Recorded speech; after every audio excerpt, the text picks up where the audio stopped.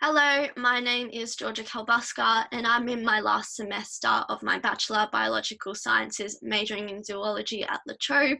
I am conducting this placement subject at the Cat Protection Society of Victoria, also known as the CPS, which is located in Greensborough. So the CPS is a non-for-profit organisation which has been running for more than 70 years. It gets no government funding and therefore primarily relies on community involvement through memberships, donations and volunteering. It's within the animal welfare industry and has an adoption department, a retail shop and a veterinary clinic that deals with surrendered, abandoned and stray cats. It has three missions that interrelate to one another, one being reducing cat overpopulation and strayed cats on the streets in nearby environments, also promoting responsible cat ownership through subsidised costs of procedures such as desexing by the vet clinic, and most importantly, its mission is to ensure that all cats are given a second chance at life and are rehomed to loving homes. The core values that underpin these missions include compassion and commitment to every individual cat, regardless of the circumstances, their behaviour and their past history, as well as teamwork within the shelter. As we'll see, the organisation has several different departments and is quite big, and collaboration with stakeholders, so communication with other shelters, with rangers from national parks, as well as discussing mitigation measures of cat overpopulation with the government. So this is just the organisational structure of the CPS. I'm in red and I would position myself between a volunteer and a staff, as I do tasks that staff do that volunteers don't do. So that's things such as medicating under supervision as well as processing of cats, which we'll discuss later. If it's a general query that can be solved by a staff, I will report to them. However, in most cases, when I have questions and concerns and everything, I will report to my supervisor, who's the volunteer coordinator and is a team leader. They will then report most likely to the shelter manager in most cases. However, sometimes when they need to refer to particular adoptions or cats that are associated with the Facebook or website, they'll go to the media. But in most cases, everyone goes back to the shelter manager, who overlooks all different departments of the organisation, who then reports to the CEO, who does tasks such as the budgeting and then communicates back and forth with the board. So I complete operational tasks on a day-to-day basis at placement, which starts in the morning with preparing the adoption rooms for adopters to come look at them around 10 o'clock. So what we do is we feed the cats, we clean out their pens, we interact with them, and we write down our daily observations on these sheets for each individual cat every day. So we put the date here, if they've eaten, had water, feces, urine, blood or vomit visible. We write any comments that are relevant and then our initials. After this is all done, we move on to cleaning and sterilisation tasks outside the adoption room. So this is laundry, so bedding from cats, as well as cleaning cat carry cages and pens that we can move out into the bay and sterilise them there. We then move into processing cats, which this is the first thing we do when cats come into the shelter.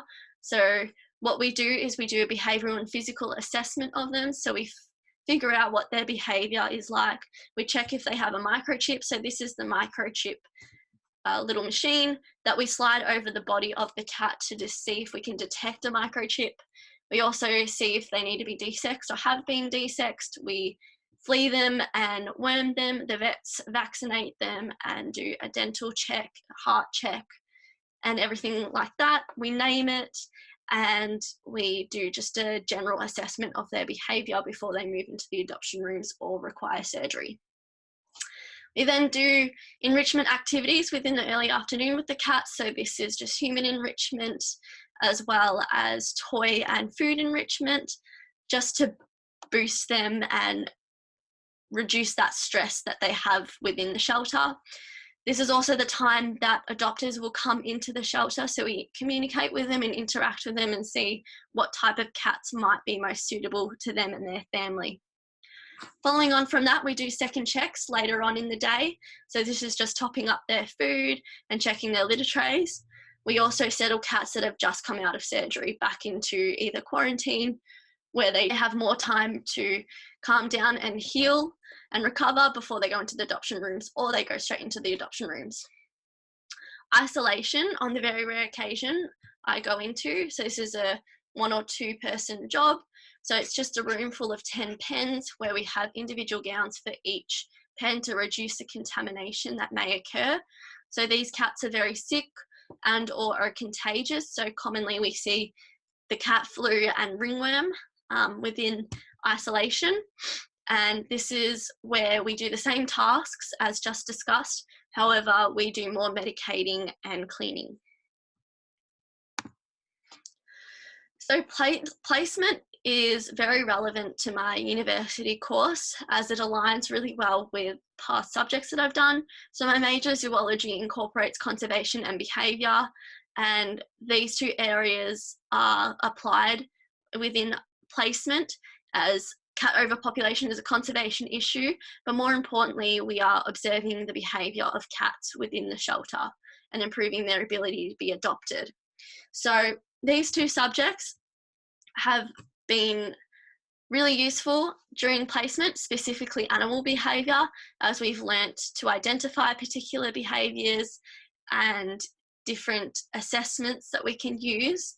Specifically, a guest lecturer came in and spoke to us in the animal behaviour subject, and during that lecture we watched videos of cats and dogs within shelter environments, and we were asked to identify their behaviours that they were expressing through their actions and body language.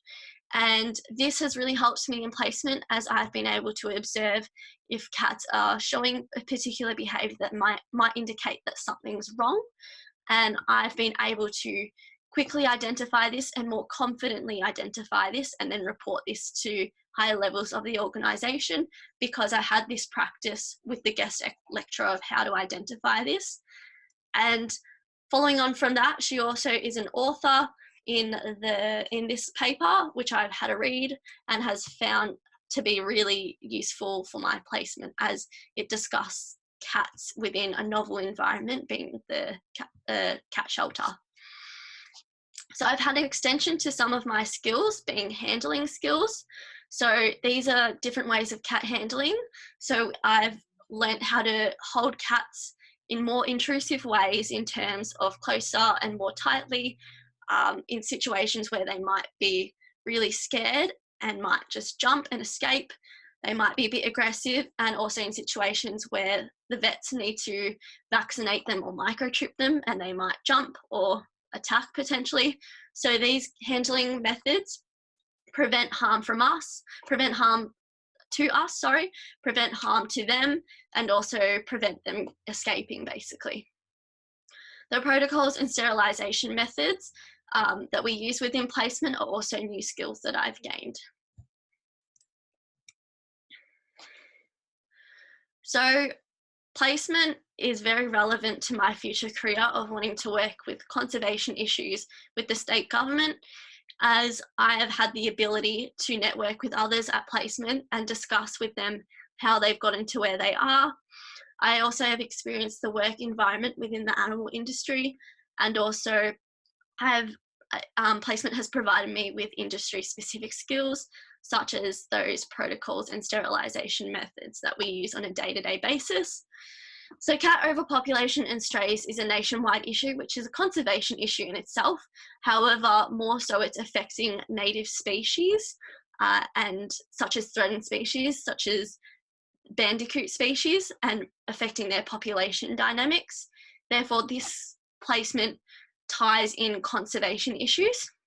However, placement has exposed me to working with domestic animals and management with domestic animals. However, for my future, I will need to gain more skills with wildlife and associated management issues with the wildlife.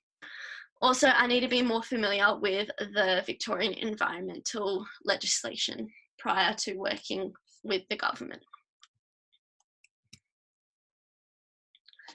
Personally, placement has been an invaluable experience for me. It's truly rewarding seeing cats uh, develop and change from being very scared and stressed and potentially aggressive to completely changing their nature and then being adopted. It's a really heartwarming experience seeing that hard work with enrichment and working with cats and patients really does pay off. And this therefore motivates me and consolidates my ambition to work with animals and with conservation issues in the future. Placement has also allowed me to gain new skills and knowledge specific to the animal industry, which is vital.